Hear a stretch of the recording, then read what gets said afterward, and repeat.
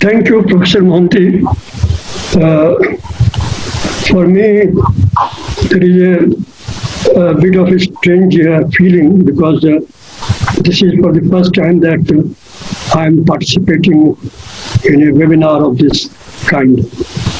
And I am doing so because it has all been set up for me. I didn't have to do anything.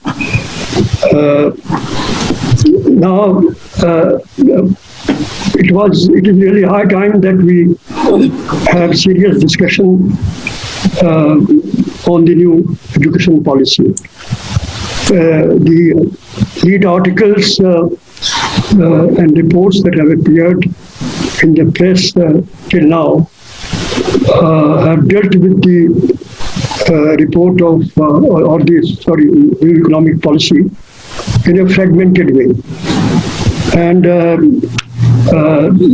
most of them have a wrong view of what is there in the report on the particular subject that they have selected to comment, and what are their long-term implications, like say language policy, like the establishment of complexes, like changing the 10+2 system into a 5+4+3+3 system, something like that. And these have been how to make school education inclusive and equitable. And all these have been, because of the very title, have been regarded as a great step forward and major strides in the respective fields. I don't agree with that at all. We have to take an overall view of the report. At the same time, in the time available to me, it is impossible to comment on all aspects of the report. So I shall comment on a few which lend themselves to generalization and overall longer-term objective of those who have put together this education policy. I think there is no doubt that this policy mentions a large number of objectives expressed in very eloquent terms. And this is where some of the constitutional provisions are mentioned. But when it comes to implementation, there is no plan in any of the proposals, let alone the changing the system as a whole. No plan for achieving the goal. There is no, not even an estimate of resources that will be required for bringing about the change, let alone making the budgetary provision. There is no suggestion for enhancing the public capacity to implement. Education is a public good, and the main responsibility for providing it rests with the government, the state. And therefore, one of the very important things that should have been done is to enhance the public capacity to implement some of the suggestions that have been made. But it doesn't have anything. In the entire report, there is just one sentence where something resembling being concrete is made so far as financial resources are concerned. And I shall read that out for you. And that is, the center and the states will work together to increase the public investment in education sector to reach 6% of GDP at the earliest. There is no deadline for achieving this target. There is no phased plan. There is no legal underpinning of this target. So basically, the way this target has been elaborated or described really takes us back to 1968 when the proposal to this effect was first made. There is not the slightest advance from the 1968 position. I think the other point is that the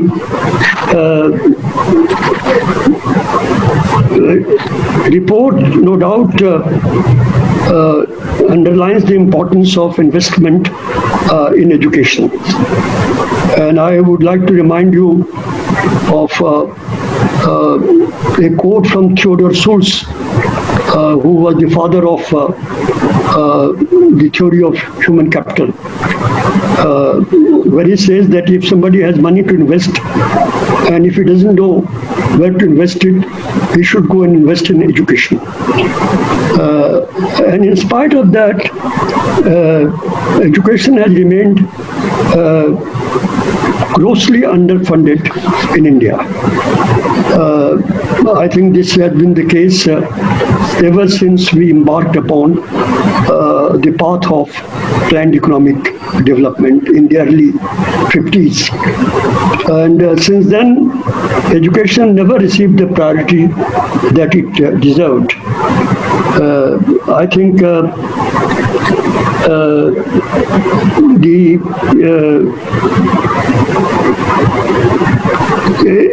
any education should have, any policy should have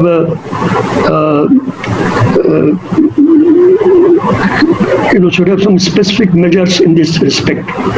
Now, I would like to say that not only expressing the 6% target in this vague general term, but there are other suggestions which have very high-sounding, ostensible purpose from the angle of the government, but whose main purpose to me seems to be how not to spend in education, how not to give education the priority for public expenditure.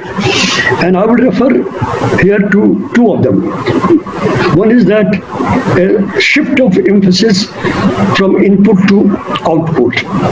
This basically means that input is supposed to be publicly provided, so the government's responsibility for providing input would be, kind of given lesser and lesser importance. And then to output, that is learning, and the output is paid for by the students.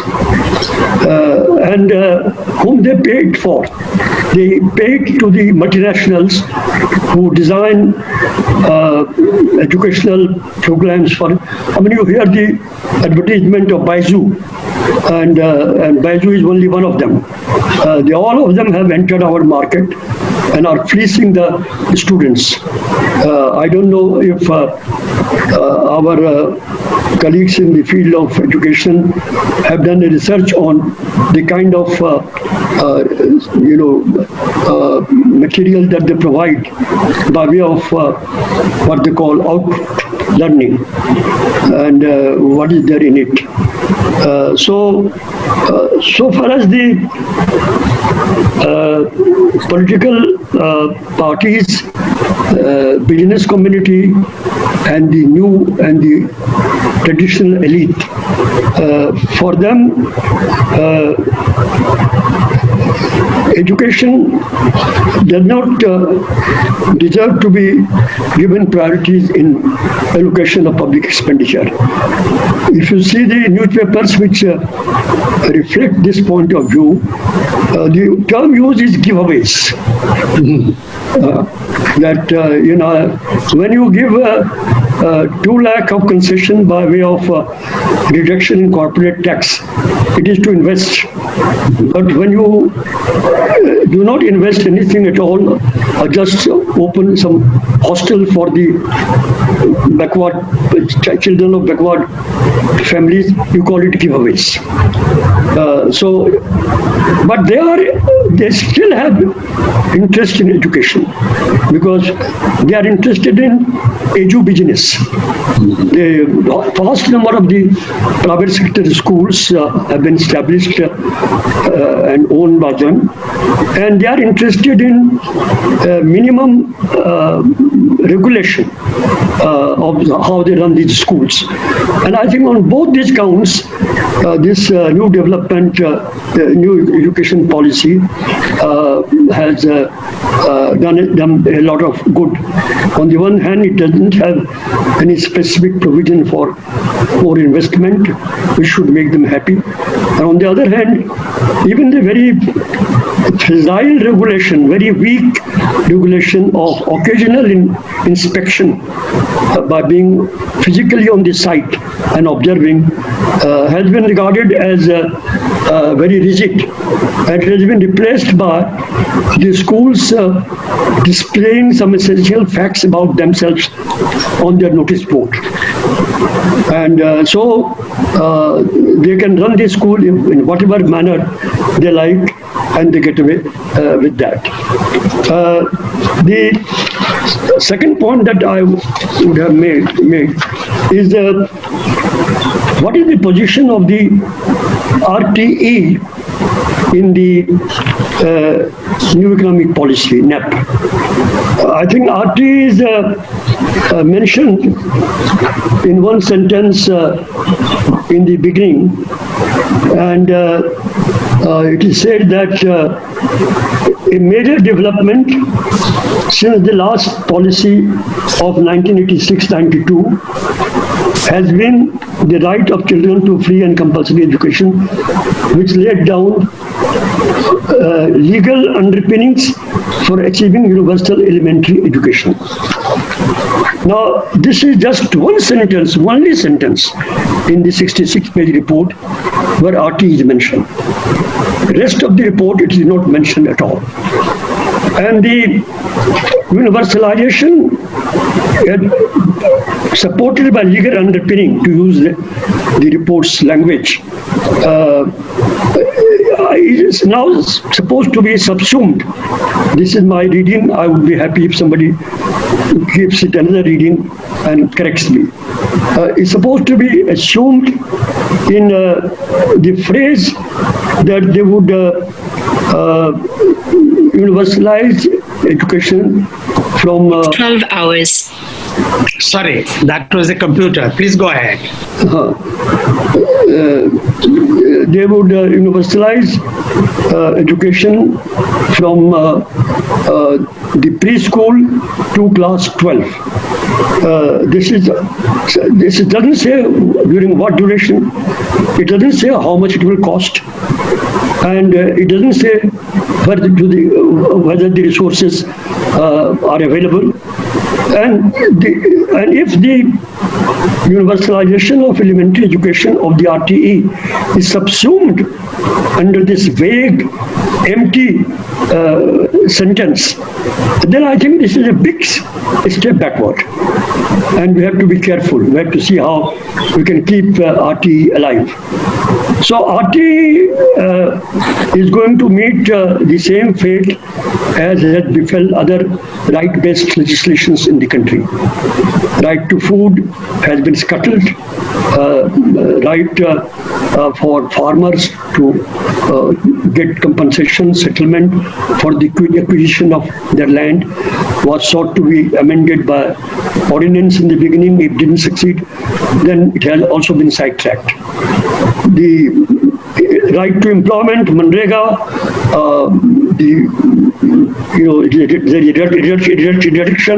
reduction in the money available to it from time to time. And they are not scrapping it because perhaps the public support for it is too strong. And secondly, that where they would have been, if even this would not have been available when the the laborers went back to their home towns and home villages. So this is there, Manrega is there, and the forest rights, even 15 to 20% of the forests have not been reclaimed by those to whom it should belong. So really we are moving towards, and this report is a confirmation of that, what I would say in Hindi, a Manav Adhikar Mukt Bharat, where people cannot claim rights to live, to get education, to get basic needs met, let alone right to dissent, let alone right to express themselves on major policy of the government. You know what is happening to people who have dared to do that in the recent months.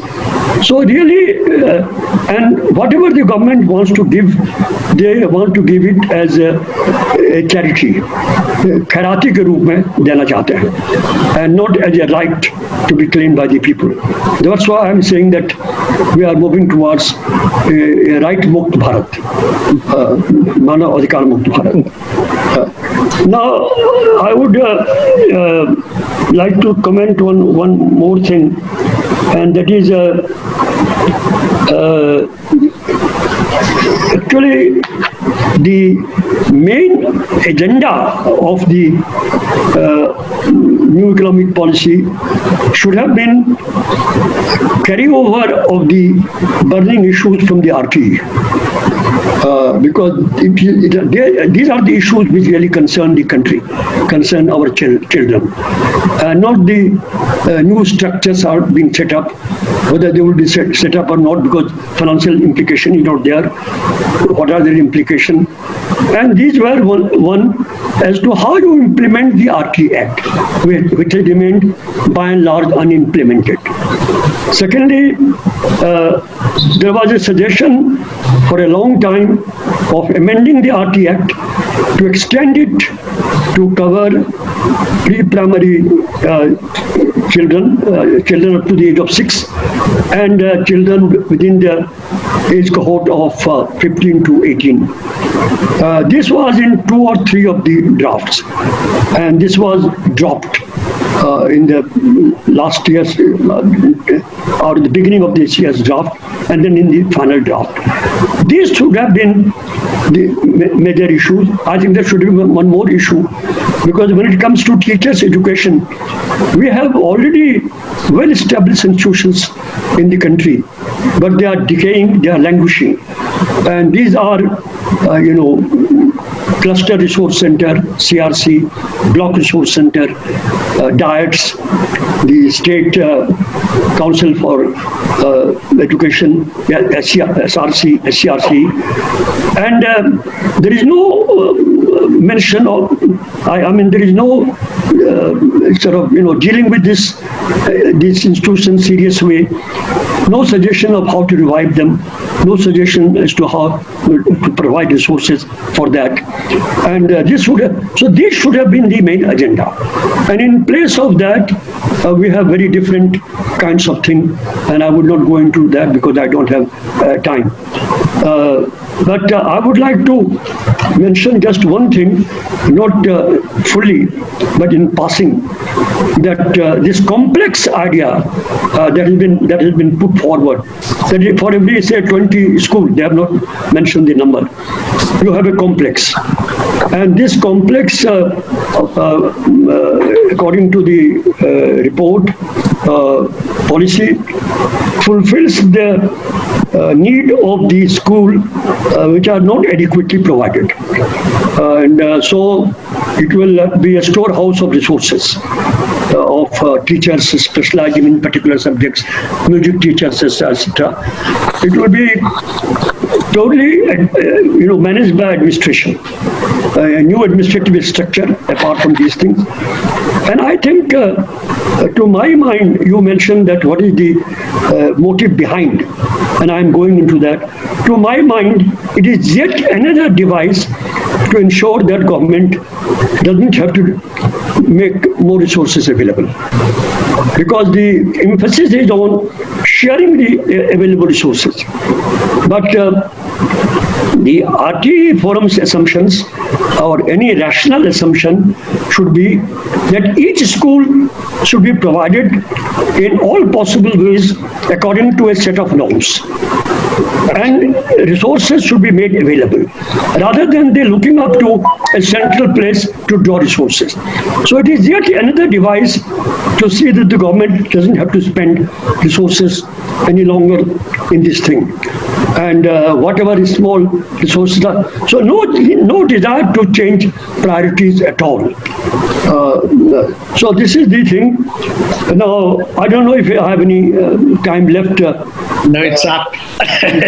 But you can take a minute or so to conclude. No, I will take just one subject, and perhaps I would not deal with it adequately, but even cursory remarks that I have to make, I think it is worthwhile for me to do so. And that is the multilingualism and power of language. This is the heading used by in the policy. Now, just two small points I want to make. I will take 2 minutes, not more than that. One is that on the use of mother tongue as a medium of instruction, the report has, policy has nothing more than what is stated in the RTA Act. Yeah. And RTA Act provision is qualified by an overwhelming exception. And that exception is wherever possible. Yeah. And under wherever possible, the schools are continuing their English medium and the access to knowledge through English rather than their own mother tongue or regional languages. And the same qualification occurs in the policy document also. So there is no reason to believe that the outcome is going to be any different than that. Second thing is that on for the reason why we have not been able to use mother tongue or regional languages has been given very correctly. And it is that it requires a massive translation of textbooks and other relevant material from other languages to the mother tongue. And secondly, that it requires mass scale training of teachers in these languages. Now, these two were never calculated how much it costs. It will cost immense resources. And the government is not prepared to invest these resources. And there is no calculation, there is no figure indicated as to what will happen. So this major constraint is likely to remain in future also. And lastly, we knew what happened about the three language formula. Only day before yesterday, the Chief Minister of Tamil Nadu said that they would continue to use the 2-language formula. So 3-language formula is there has been compromise on this, going back and back to a point where 3-language formula is mentioned there without having any meaning at all. So I stop here. Thank you very much. These are extremely important points which set the tone of the discussion. That there is no serious, no commitment, no evident commitment to increase investment in education. And RTE Act has been ignored practically. Instead of addressing the problems in its implementation, it has just ignored it. And your point about the education complex and multilingualism are very, very well taken, very important. Thank you very much for setting the tone. Now, may I invite Professor R. Govinda to make his contribution. We have a number of very interesting questions. We have about 40 minutes for discussion. I'm so glad everybody spoke within time, more or less. And I will take a few questions which have been communicated on the chat box. But I may, if I miss some important questions, I may request Srijita, are you hearing me? Yes, yourself to read out some questions if I'm not able to catch all that. And before I read, I will request all the three panelists, when they respond, I think we'll have 2 or 3 rounds. In one of the rounds, I would like them to address what we should do, how we can get around this crisis using the existing institutions, existing center-state framework, existing political situation, and what resources do we have, if we have any, to really pursue our objectives while continuing to critique this policy. I think you will please think about that and give us some insights. Now, in the first round, let us take some of these questions which have been in the chat box. Here is one. There is no mention of accessibility, reasonable accommodation, universal design for children or students with disabilities. Students with disabilities. How are they going to be included in the education system? Just by saying it won't happen. It is equally applicable to every child, student with disability everywhere. So that's one. Let me read out 3 questions right now. This is from Snigdha Sarkar from West Bengal. The next question, what will be the economic impact of the NEP? Is the government capable of making changes to the budget and allocate more funds to education, or is that not required? This is from Dr. R.S. Singh. Another question. One person reflects on the lack of mention of common school system in the policy document. Maybe Professor Dubey can elaborate on that. Yes, I think he should. Next, I think let me give you a few more questions and take them in one go in the first round. Arvind Mishra says, how to use education to combat against the trend of growing inequality in our society. I think this has been addressed to some extent by the speakers, but you can say more on that. Question of Facebook live stream. What will be the effect of multiple exit point? This is from the live stream, those who could not enter the 500 hall. The question is, what will be the effect of multiple exit point and distribution of certificate? Will it improve the dropout rate or not? Then what are the possible implications of increase in investment of foreign private capital in education and a gradual withdrawal of social responsibilities of the state? What is the nature of knowledge being produced then? What about access? Maybe one more I will read and then stop because there are so many questions. Professor Govinda, in line of your point of administrative reforms, which is so rightly pointed out, should we also not ally against that? It is government which designs the policy and implements it, funds it, and also evaluates it. It's sheer conflict of interest and just a status quo that they want to perpetuate this existing system, that means. Your thoughts on this, please. That is from Mahasweta Biswas. Let's take these questions, whichever you would like to take. May I start with Professor Dubey, please? Let's take another group of questions. Here is... Sir, Professor Dubey has joined, so if he can... Professor Dubey, please, yes. Did you hear the questions, Professor Dubey? No, I couldn't. You couldn't. Oh, then I think let me read out the new set of questions and you please, we'll start with you. Okay. One question is, this is from Seema Rajput. NEP is retrogressive. It doesn't talk about RT. The policy cannot ignore the legal framework and the special training has been negative. I think that's more a comment really, but you can reflect on that. Another is from Anubhuti Patra. What should be our key priorities for advocacy and response?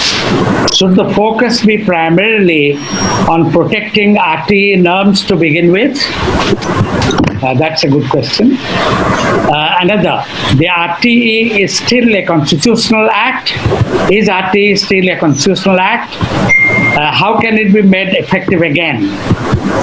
In Odisha, the merger of schools and the push for residential schools is affecting tribal areas very badly. Meaning, what should we do about it? Next, from Dr. Alex George. On the restructuring of the school system with a 4-year stage after the 8th class lead to more dropouts and increase in child labor as it amounts to long 4-year stage. Also, it is said in the NEP that skill development will start in the 6th class, which would give further push to this process. So let us take these questions.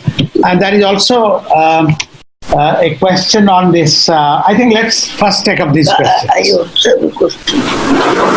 Yeah, Yeah. please. Professor, Well, I think right now.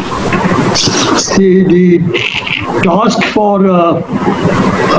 the civil society organizations clearly emerges from the analysis that we have made of the national education policy.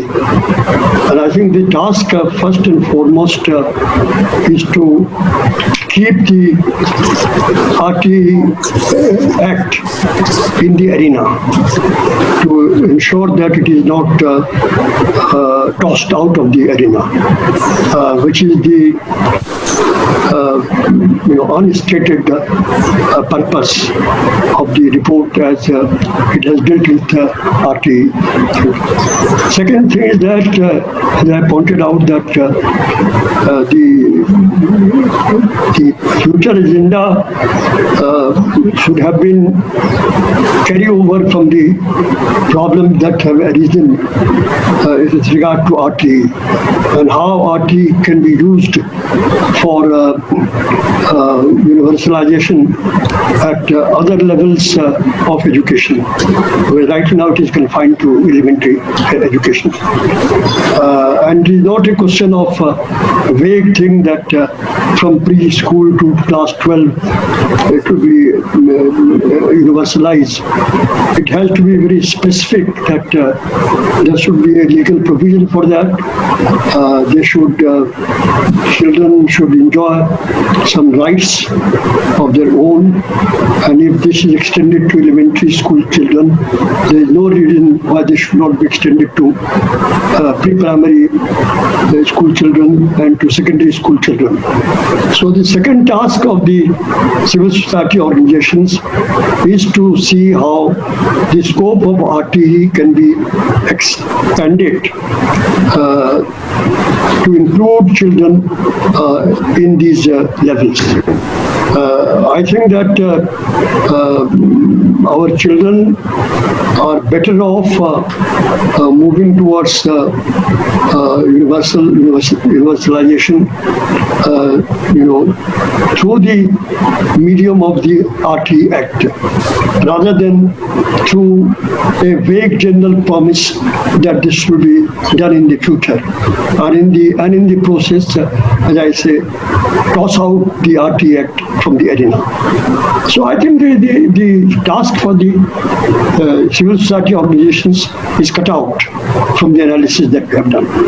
Thank you very much. Professor Dubey, yes. Well, couple of points which I missed out in the beginning. One is about this, the suggestions on making school education equitable and inclusive. My view is that what they have put forward by way of suggestion are old tired measures that have been experimented and implemented on the ground in India in the wider context of development and elimination of poverty. And these measures are, identifying territories where the large number of populations are from backward, economically backward classes, identify groups which would need special assistance, create funds. These have been tried in the case of elimination of poverty and development, and it has not worked. And it has not worked simply because the structural problem existing in this area has not been tackled. And for example, you have this whole question of multi-layer school system in India. Now, so long as you have this multi-layer school system, where children from one class of parents go to one school and other class go to the other school, out of these 5-6 layers that you have, sometimes people have counted up to 10 or 11, inequality will remain. And if you had implemented 5-year universalization provided for originally, then everybody would have got quality elementary education, irrespective of the community. So the question of special measures for the economically backward classes comes in only when you have no intention to universalize. You have no intention to put in the resources to be able to universalize. But politically, you can't stay still. You will be under tremendous pressure to do for these sections of the population. And then you come out with these measures. But experience has proved that these measures are really not very helpful.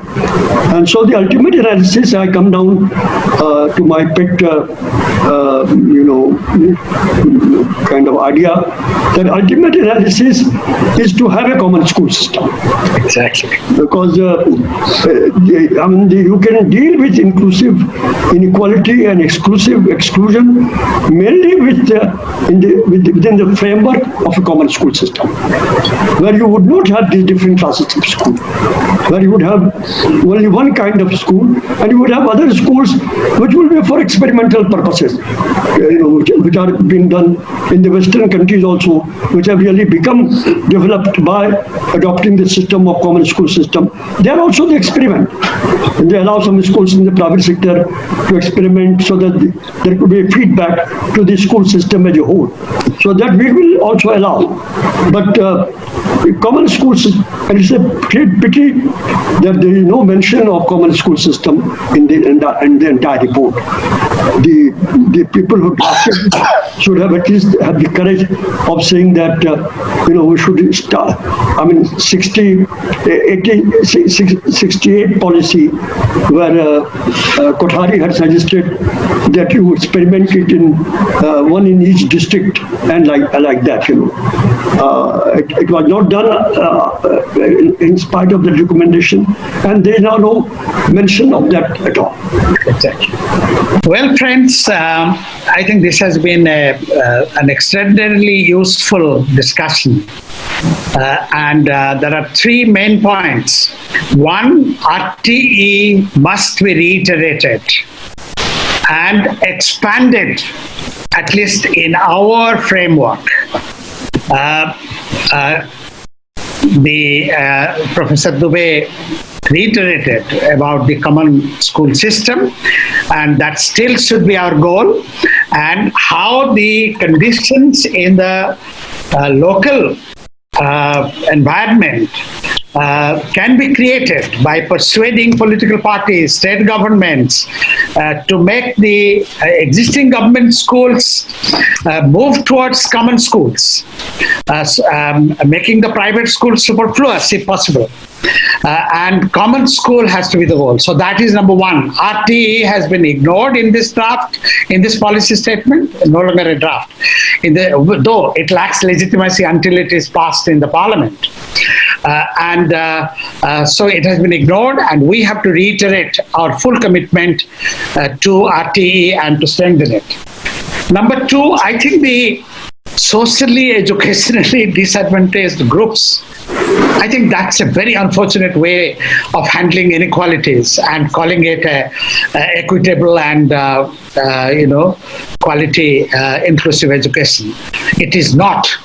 And therefore, all sections of our society, they are political and social organizations, political parties, groups, Dalit groups, gender groups, Adivasi groups, Adivasi youth groups, Dalit women groups, workers' children welfare groups, construction worker groups.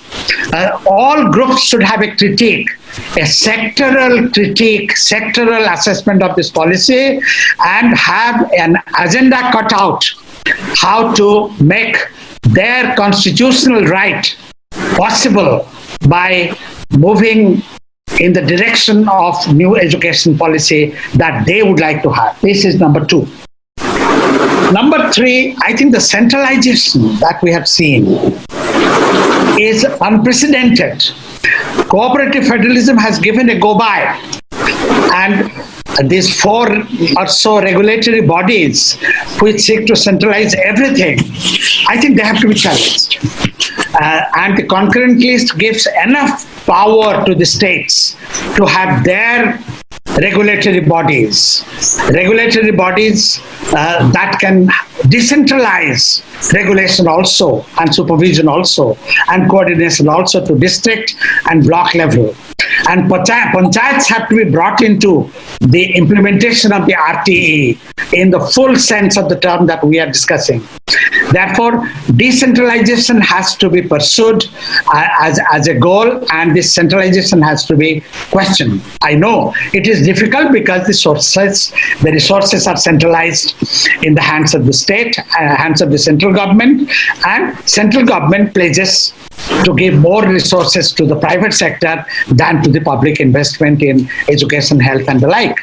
So we have to keep on pressurizing, use the electoral weapon, movement weapon, and the way they have critical role to play in different sectors. We have to use those critical roles that people have to pressurize and demand reallocation of resources to education and health particularly, and with a view to promoting equality.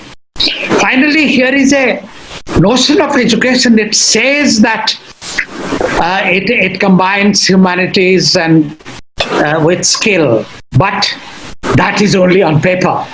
The underlying motive is to robotize education. The focus on skill and vocationalization, and make it so dependent on the net and the IT and the global network of technological things and capital intensive technology, making it impossible for the poor and the deprived to take full advantage of new education, as we have seen during COVID, during online facilities of education, and so on. And that is going to be the new norm. So privatization, foreign institutions coming to India, and this whole motive has a new definition and a very blatantly clear definition of education as skill, not as integral development of mind and skill and values, which the RTE Act said in the preamble, or the Common School Education Commission report had talked about in the beginning. In other words, we have to really work hard to promote humanities, liberal arts, social sciences, and also make RTEs the line of most important work. Only then the base for having bright people come from a wider base for research and innovation and higher education and development, that will emerge. If the base is weak, then the entire system is weak. And this new education policy threatens to keep the base weak, divided, unequal, privatized, and robotized, besides communalized. We didn't discuss very much on communalization as an underlying theme. So with these words, I once again thank you for a great discussion. May I invite Ambarish Rai to have the last word. Ambarish. Yeah, thank you, sir. Thank you for a wonderful moderation and people will get involved into that. और मैं इसी के साथ साथ जो हमारे आज के स्पीकर्स थे, एमिनेंट स्पीकर्स, उनको भी बहुत बहुत धन्यवाद देना चाहता हूँ और ऑडियंस को भी. And we will keep it on और नेशनल एजुकेशन पॉलिसी को लेकर के चर्चा और हम लोग करेंगे और फिर देन वी विल, जैसा आप लोगों ने कहा कि एक political movement around the universalization of education, not only universalization education, but extension of the RT will be the core issue. The whole school education should be the justiciable right for every child in this country. तो वो लेकर के हम लोग आगे बढ़ेंगे और इस पर मोबिलाइजेशन देश भर में किया जाएगा. बहुत बहुत धन्यवाद सर, बहुत बहुत धन्यवाद. एक wonderful discussion, very very yes sir. Bye bye. Thank you.